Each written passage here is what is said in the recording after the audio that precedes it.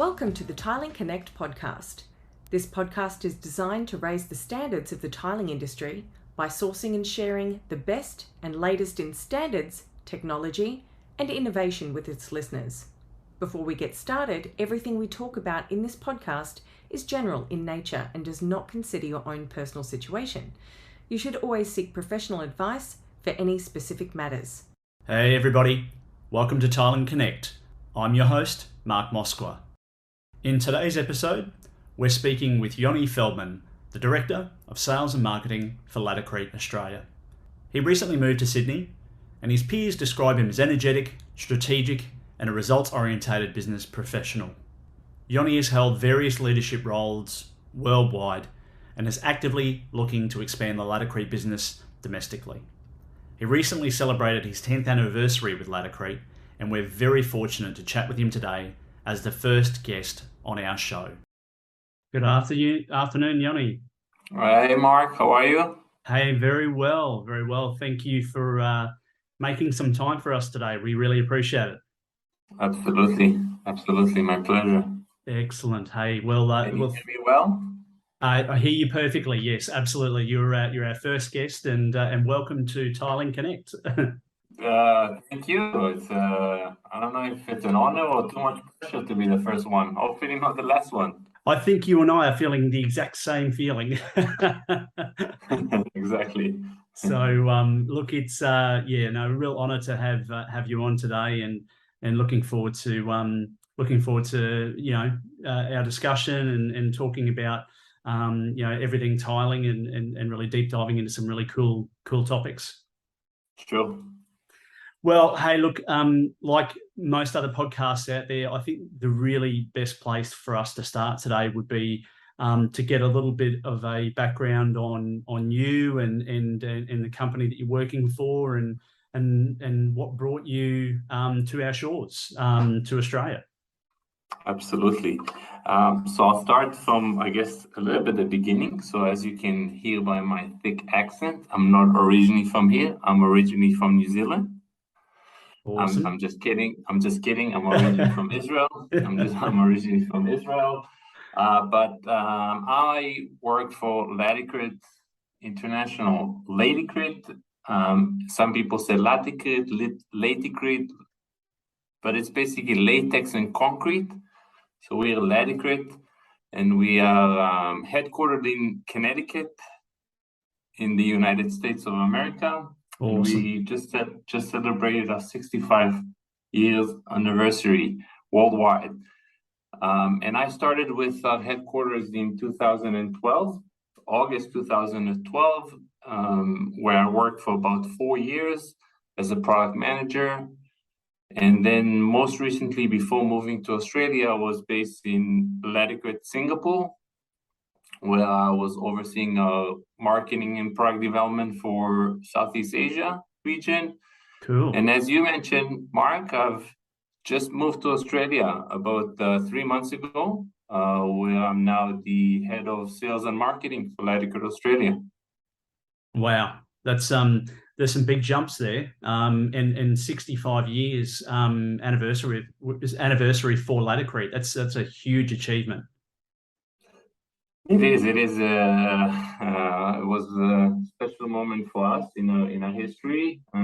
So I did mention it's in our Laticrete international history. Yes. Here specifically in Australia, even though we've been operating in Australia since the 60s, and we used to sell our products through numerous of distributors, we officially launched Laticrete Australia in 1995. So we are 27 years old here in Australia. Yeah, that's excellent tenure in a country like Australia. I often think about a lot of the things that happen around the world, and there's obviously a lot of countries that are much older than Australia. So 27 years is a pretty big number. It is just the beginning. Yeah, absolutely. Well, that's awesome. And the moves that you've made within Laticrete, tell me a little bit more about the product management side of things. How does that differ from what you're doing today in sales and marketing? Oh, that's an interesting question. So as a product manager, you're typically responsible for just one specific product line. So, for example, you can be a product manager for adhesives, for grouts, for waterproofing, so different type of segments, right, within our business. I predominantly at the beginning oversaw our self-leveling substrate preparation products. Yes. Right. So as a product manager, you typically very much engage only in your product line. So if you go talk to, of course, contractors, architects, distributors, you're only dealing with this segment. Like, I won't say you don't really care about what's happening in other product lines. Of course you do, because there's, of course, a lot of overlap and they have to work one another as a system. But you typically very much focused on your core segment. Okay. Right? Which entails, of course, a lot, as I mentioned, voice of customer, surveys, trying to understand the market, trends, etc., where the market is going, contractor is looking for to develop the next product or improve existing products within your portfolio. So that's as a product manager. Shifting now as a sales and marketing. So marketing, I still have that responsibility of new product development, but mostly is the sales. So now it's not sales just of one category, it's sales of our entire business portfolio. So I'm not focused on just one segment, it's the complete overall product line within our company that I'm responsible, me and of course the team and everyone else. So it's a little bit different. I think as a product manager, you're a lot of time working towards something that will be launched next year or in the next couple of months.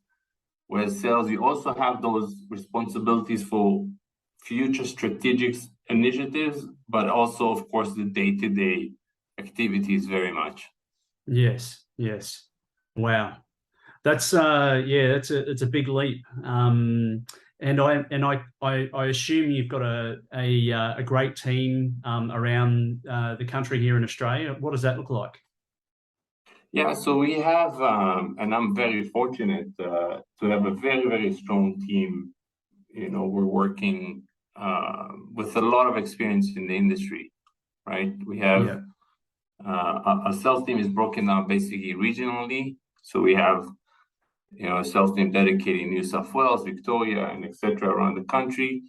But I think the dynamic between the team gives us a lot of, and me, a lot of insight to, what used to work very well in the future, in the past, in terms of products, customers, segments within the market, as well as what to look for moving forward, right? Because we have a mix of, I'll call them sales reps who've been in the industry for many, many years.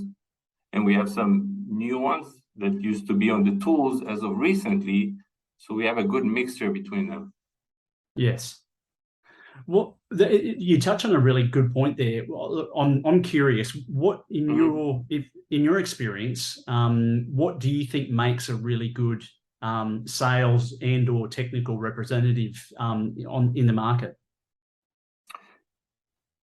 Good question. I would say, to be honest, Mark, from my experience so far, of course, in this role, predominantly I see it much more heavily, but in my tenure within Laticrete, is being that source of knowledge, right? It's being that source of knowledge, but also all the time available to provide that knowledge. And Laticrete, and I think it's true to most successful companies, you're an expert within what you do. Yes. Your customers and everyone is associated with us know that we have an answer. But not only we have an answer, we are always there to give that answer, right?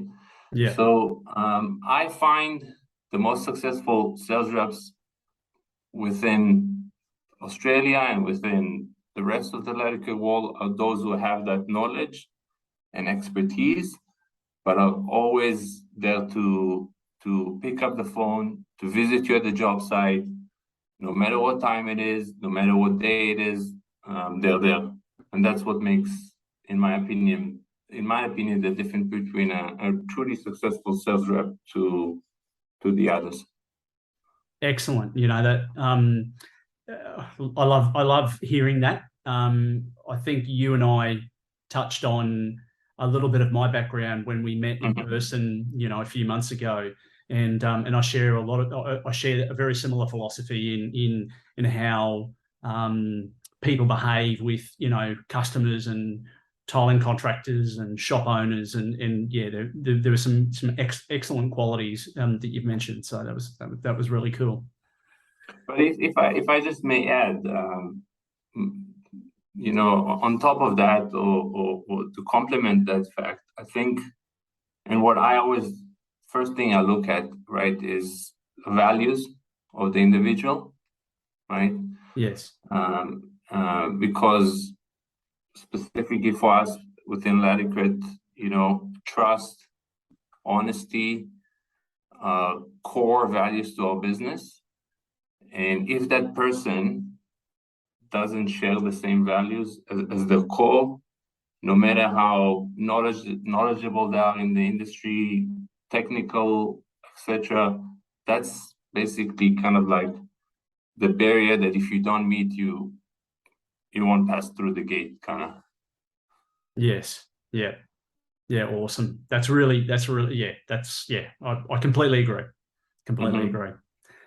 Well, look, I'd like to really move on to one of the core topics I wanted to chat about today, because adhesive systems, or tiling adhesive systems, and the tiling adhesives space is something that I've grown up with as well in my career.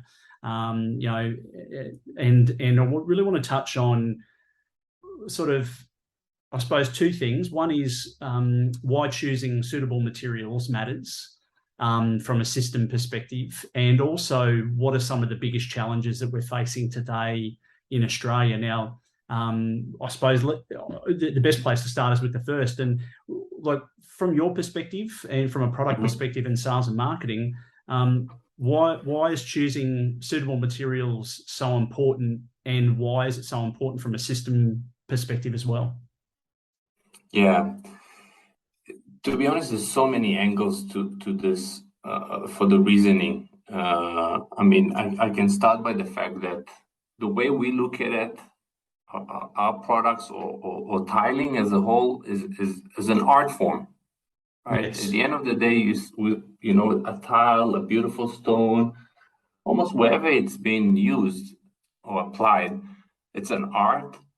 And I think people do appreciate, good art when they see, especially us in the industry, of course. And the last thing and we all have seen it, right? No matter how long you've been, when a product, we call it a tile stone, was not installed correctly, whereas the grout or the way, the movement or whatever it might be, it just looks really bad.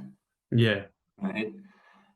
So that's, of course, one aspect of it. The other side of it is failures.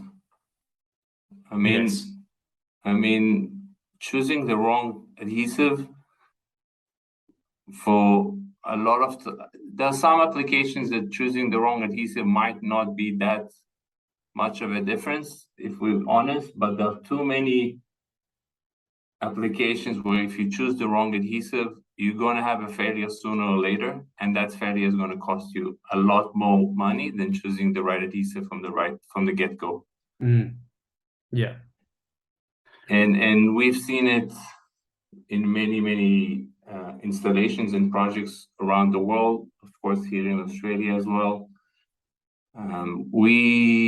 Going back to the part of the first part of being a source of knowledge as a sales rep, that's what we try to do heavily, is spend a lot of time on education and training, because at the end of the day, we want installers, we want contractors, architects, designers, specifiers to get the end product of what they dream of. And I think it's all part of choosing the right materials and, of course, how to install them correctly. Yes. And I'll just give you an example that maybe relates, so that doesn't relate so much, but the other day on the weekend, I was installing a shoe rack that I bought the other day, right? Yeah. And probably like me and like most of us, I got the instructions, and I said, I'll manage without like looking one-to-one what to do, right? Yeah. And 30 minutes later, after almost completely constructing the entire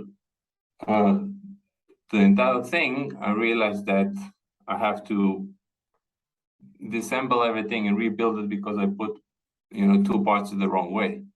Yes. And that, of course, it was just my own stupid, I guess, laziness and not look at the instructions that cost me 40 minutes of my time instead of doing it the right way. But that made me think more about how, from the get-go, choosing the right adhesive to our discussion can really, really, really help you from those later on failures that cost you a lot more than 40 minutes. I agree. Yeah, look, I mean, those sort of failures that can cost tens of thousands of dollars if and it's simply for the to eliminate those costs. It's a simple phone call or questioning again, potentially the type of substrate, the way that it's been. If you're unsure, if you don't know, you pick up the phone and call someone or call a representative to actually confirm before moving forward on a job. Exactly. Yeah. And I imagine that systems within Laticrete are a big thing. This is a lot. I've experienced over my time a lot of contractors will use different adhesives with different membranes, and I don't want to deep dive into this too much because I know it's a spider's web in terms of answers, and we could be on the phone for half a day, and that might be a bit long for a podcast.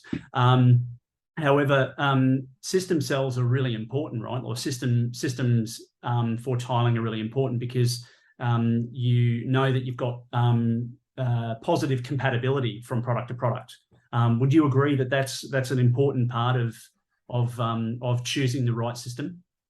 Absolutely, Mark. I cannot agree with that statement more.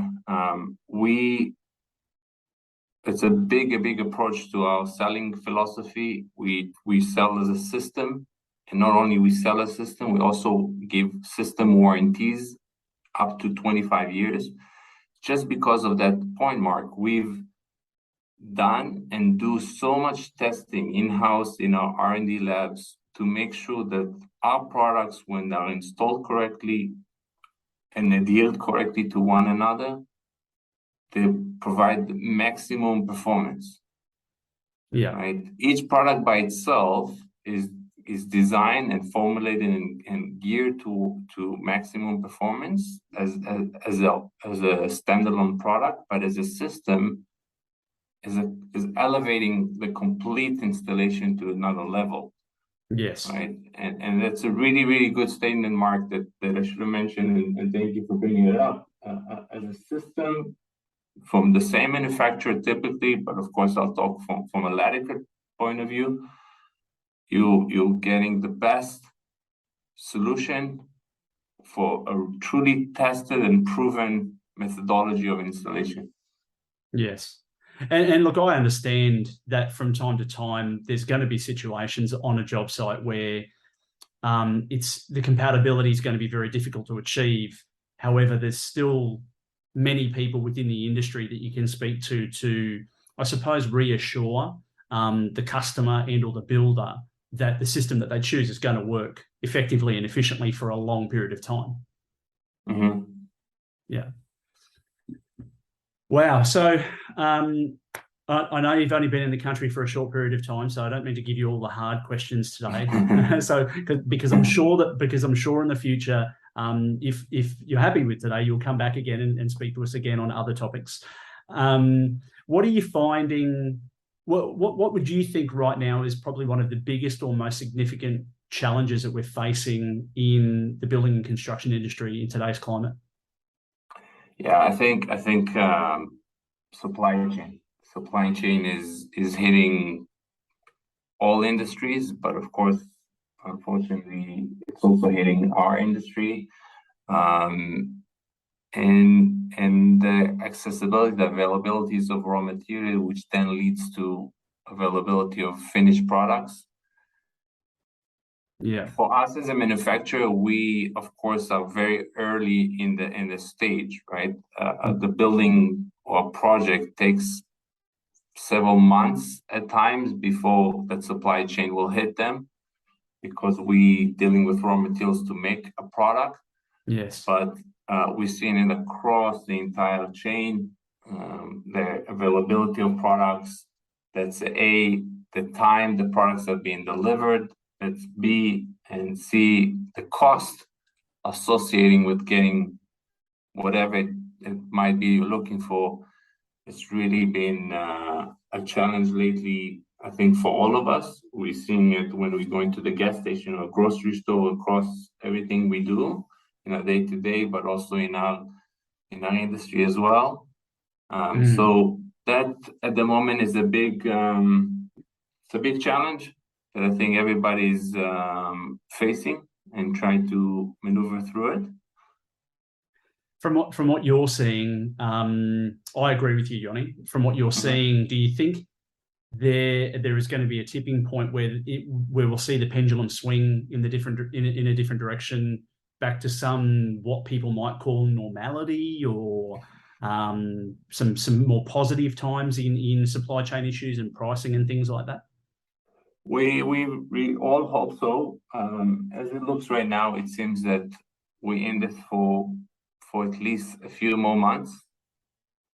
We're all hoping that by third quarter of next year, we should be more settling down. But it's really hard to predict, because there's too many factors that have led to this point. The COVID, there was a war going on in Ukraine, there was shutdowns in China. There's so many factors around the world that hopefully have calmed down, or we won't see too many drastic things changing or shifting in the next couple of months. That at least, I agree with that statement, Mark, some sort of normality. I don't know if we'll get back to that, what we've seen 2 years ago, but we certainly hope so. Yeah, it's a little bit of a perfect storm right now, from the beginning of COVID for the past 2 years, and then 2022 began, and we all thought, I think a lot of us were high-fiving, thinking that this will be the year when things would start to look a little bit more promising, and we continued into 2022 with a few things on our back, and I think there's definitely some sunnier days ahead. Yes, so. Look, I have to say, if I may add that. Yeah, please. It is of course challenging across the board, but that's my personal belief, right? With any challenge comes an opportunity, and yes. I think this challenging times have shown industries, people, communities, cultures who stood through those challenges and I won't say won, but overcame, and are facing and dealing and finding ways and pivoting the way they do things, the way they think about things, to be stronger, to be more nimble, to be more able to adjust quickly. We've seen it within our organization and how we're handling it. And once we hopefully get to those more normal, safer days, I think we're much better equipped to deal with anything. Yeah, I agree. Yoni, let me ask this. Moving forward into the future, and with this podcast in mind, and sharing information amongst our community, the tiling community, tiling tool community, and business community, How do we go about building a more robust, quality-focused industry for tiling? What are some things that you can share with us from a personal or a Laticrete perspective on how we do that?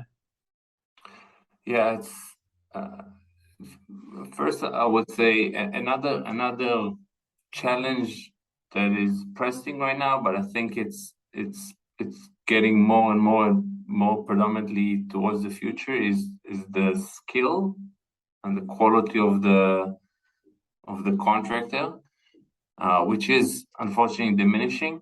Yes. And I'm not just talking Australia specific. I know it from across the world. It's a trade that typically passes through generations and this workmanship. And we talked about art form, and we're seeing it less. You can see it in the number of young candidates who go to TAFE, to go to tiling or waterproofing. The numbers are declining. So I think it's a really good question that you're asking, Mark. And we're thinking about it as a company, of course, that the education part, and we've talked about COVID times. We've seen a lot of manufacturings, including us, going into webinars in order to educate the industry and help the quality of the tradesmanship to go up. I think this is going to continue. I think more videos, seminars. There's a lot of trades nights that are out there, but I think it's very important to be up to the current standards that are changing and getting in touch and being very close to the manufacturer, I should say, in what's coming and what's important to be on the lookout as well, in terms of products, in terms of installation methods. Yeah. All excellent things, Yoni. I agree wholeheartedly. I think training is paramount in a lot of industries, in many industries, particularly in a technically proficient game like tiling. It is an art form, and it's important to have the right training on how different products work and how they function, and curing times and trailability of particular adhesives and set times. It's a complete cake recipe in many ways, in getting all of those ingredients right to ensure that we have a robust, quality focused industry for the future, and hoping that at some point we can get in touch with the TAFEs and universities and have some impact on helping attract more people into the game. I think that's probably one of the biggest starting points, is attracting people to actually want to tile and get involved in the art form that's been around for centuries of years.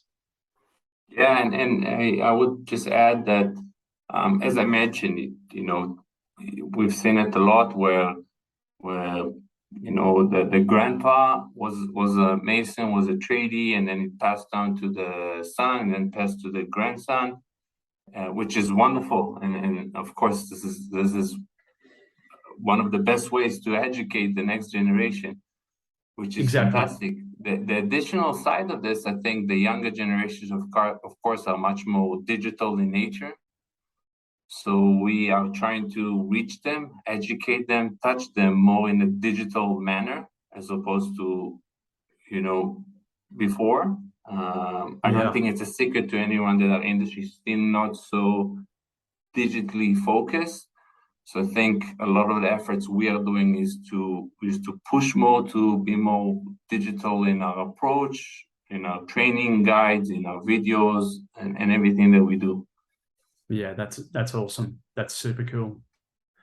So Yoni, I'm gonna lean on your industry and expertise and experience, and I want to just shift sideways for a second, and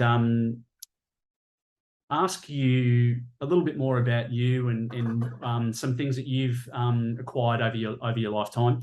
Tell me a little bit more about what your favorite productivity hack is. for work? How do you? Well, yeah, give the listeners a bit more of a look in on what you do. Yeah. So I'm a great believer in the Pareto principle, the 80-20 principle. So it's a big focus of mine to focus on those things that are going to yield the most or the highest result. Yes. So it could be an email, it could be a project I'm working, it could be even personally in my own personal life, to be honest. If I know that this specific thing on my to-do list is not going to yield a big impact, that's how much I'm willing to dedicate to complete that task. Great. And if I see something that is going to yield a big result, I dedicate that. I spend much more time perfecting or working or making sure that task is done properly. Yeah, awesome. Very cool. Very cool. I like it. I like it. Yeah. 80-20 principle is definitely on my radar. So tell me, what's one of the most important lessons that you've learned over your career? I would say no surprises. Yeah. Okay. So what I mean by that is, to my supervisors or to the people that work under me, no surprises is, if we know something, if I know that something is going to happen, likely to happen, that has a pretty negative impact on us, I would share that information as soon as possible to avoid a surprise. Awesome. If that's clear. Yeah. So no surprises. As much as possible. Surprises do happen, but if I know that they're happening, I'll try to share the information as soon as possible so we can address it right away. Awesome. Very, very cool. Another question for you. Now, you've obviously had a really you've had a great career. What would you say has been your favorite job out of all of the jobs that you've held? That's a tough question. You should have prepared me better, Mark, for this tough question. Well, you could say all of them, right? Look, I would say I'm very blessed and very fortunate for my time so far with Laticrete, which I've just celebrated 10 years with Laticrete 2 weeks ago. Oh, that's awesome. That is super cool. And I hope it's just the beginning. But from every step along the career, every journey, there was so many lessons, so many things that I felt have taken me to a better place professionally, mentally, personally. So I took every opportunity as a new way for me to grow, right, and expand my abilities and create more scale, impact on a larger scale. So, that's how I look at it, and my current role is the same. It's a great opportunity, and I'm really enjoying it. Yeah, look, I really love that. I appreciate you sharing, Yoni. That's great. That's great. And look, I have to say, I've really enjoyed chatting further with you today. I really enjoyed meeting you a month or so ago in Sydney at Darling Harbour there, and I was sort of so stoked when we spoke about the podcast and the vision and the mission that I had built around this to help build a more quality focused and robust sector, and it's only the beginning. We have so many weeks, months, and years in front of us. So I want to thank you personally for giving us your time today and sharing your thoughts with us. I think that's it's great to have that and look, from today, of course, we're also going to have listeners that want to get in touch with Laticrete, whether it be with yourself with yourself directly or with the company to find out more about the products. How do they go about doing that? What's the best way for them to reach out to Laticrete? So first, I would share the same, Mark. First, that it was a pleasure to meet you a couple of weeks ago here in Sydney. We just started our relationship, and we started off well. But also, I should say thank you for taking this initiative. Right, we've talked just a few minutes ago about lifting the industry to better heights and the trades and overall the tiling world in Australia to bigger heights. And I think you're taking a new step into taking us there. So Yeah. I commend you.